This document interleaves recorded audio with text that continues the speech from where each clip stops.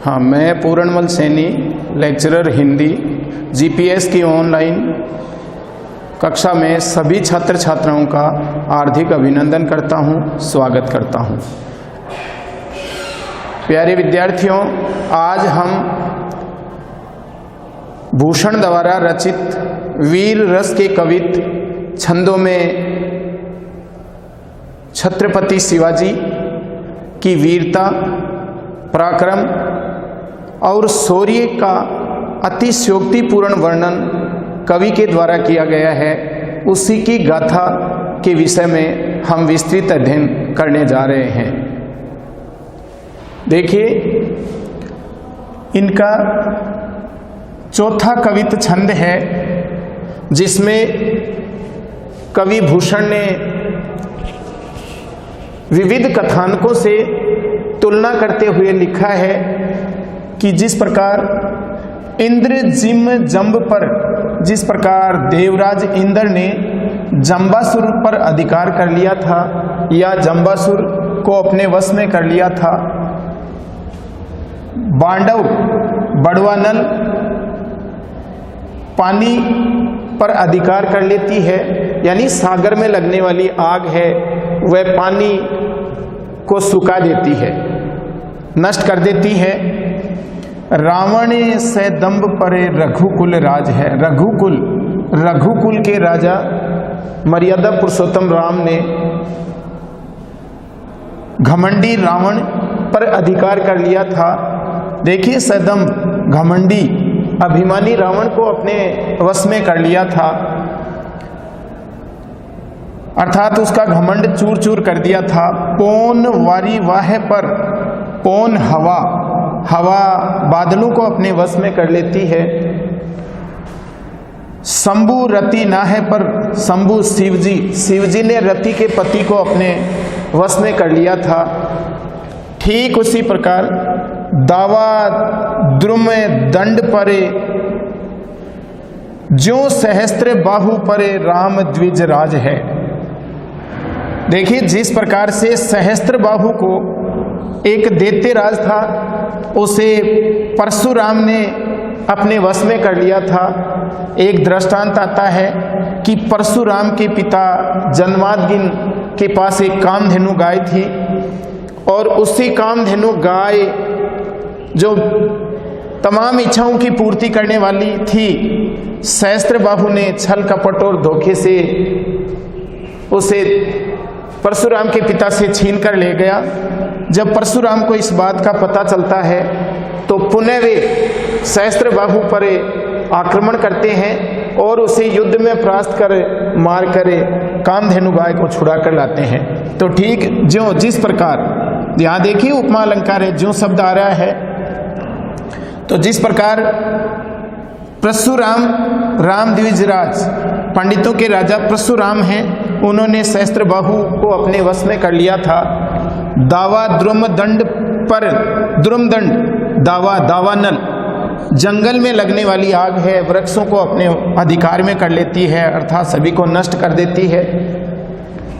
मृग झुंड हिरणों के समूह को चिता अपने वश में कर लेता है या उन पर आक्रमण करके उन्हें चारों ओर से घेर लेता है। भूषण वितुंड परे जैसे मृगराज है। भूषण लिख रहे हैं, भूषण कहते हैं, वितुंड का अर्थ है हाथी, विशाल काय हाथी है, उस पर जंगल का राजा शेर है, वो अपना अधिकार कर लेता है। यानी आत्मबल के कारण, देखिए हाथी की तुलना में वह कम शक्तिशाली है, लेकिन फिर भी आत्मबल के कारण जंगल में सभी जानवरों पर वह राज करता है। तो आत्मबल के कारण शेर है, वो हाथी जैसे विशाल जानवर पर भी अपना अधिकार कर लेता है। तेज तम अंश पर, काने जिमी कंस पर, तेज प्रकाश अंधकार पर अपना अधिकार कर लेता है। काने जिमी कंस पर,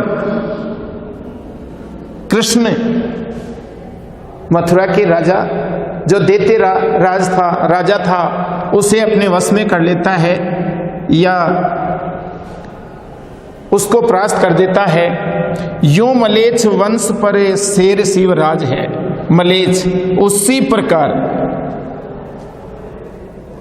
मुगल वंश पर छत्रपति शेर शिवराज छत्रपति शिवाजी का ही अधिकार है। जहां जहां मुगलों की सत्ता है या उनका शासन फैला हुआ है, उनके साम्राज्य का जहां जहां विस्तार है, उस पर केवल छत्रपति शिवाजी का ही अधिकार है। कवि भूषण का कहना है कि छत्रपति शिवाजी इस लोक में ऐसे यशस्वी और प्रतापी शासक हैं कि उन्होंने संपूर्ण मुगल वंश पर अपना अधिकार जमा लिया है, कर लिया है।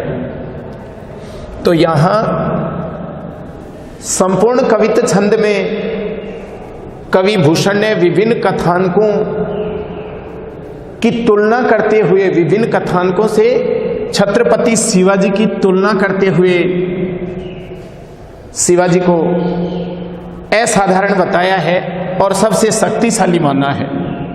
यहाँ इसमें उपमा और उदाहरण अलंकार का सफल प्रयोग हुआ है, क्योंकि जो शब्द दो बार आ रहा है और जैसे आ रहा है उदाहरण अलंकार है। दूसरा कवित्त छंद है, उसमें भी कवि भूषण ने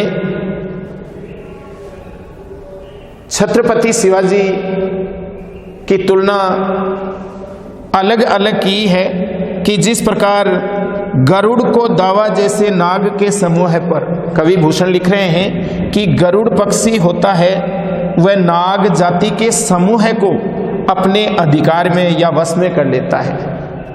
यानी नाग, सांप की एक जाति होती है नाग, जहां भी कहीं नाग दिखाई देता है, गरुड़ पक्षी को देखते ही नाग स्वतः ही बिल के अंदर चला जाता है, क्योंकि वह उसका परम शत्रु होता है। तो कवि भूषण लिख रहे हैं कि गरुड़ पक्षी को देखते ही नाग बिल के अंदर चला जाता है, या नाग जाति के समूह को भी गरुड़ पक्षी है वो अपने वश में या अधिकार में कर लेता है।